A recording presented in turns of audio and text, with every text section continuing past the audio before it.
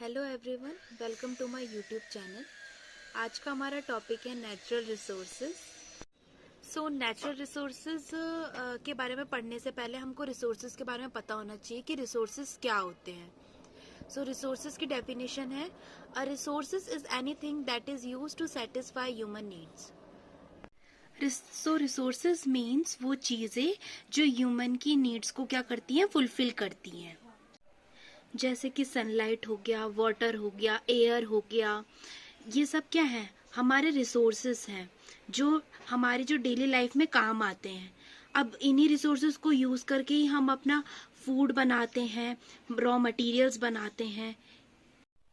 अब नेक्स्ट है हमारा, रिसोर्सेस के दो टाइप्स होते हैं, एक होता है नेचुरल रिसोर्सेस और दूसरा है ह्यूमन रिसोर्सेस। रिसोर्सेज पढ़ने के बाद अब हम पढ़ेंगे नेचुरल रिसोर्सेज के बारे में।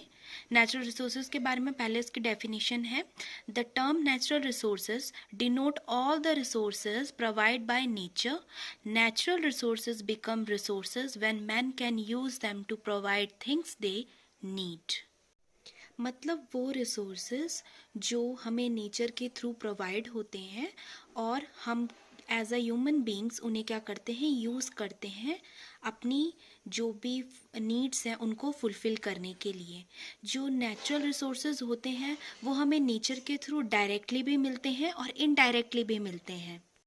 अब हम टाइप्स ऑफ नेचुरल रिसोर्सेज की बात करेंगे, जिसमें पहले बायोटिक और एबायोटिक रिसोर्सेज आते हैं।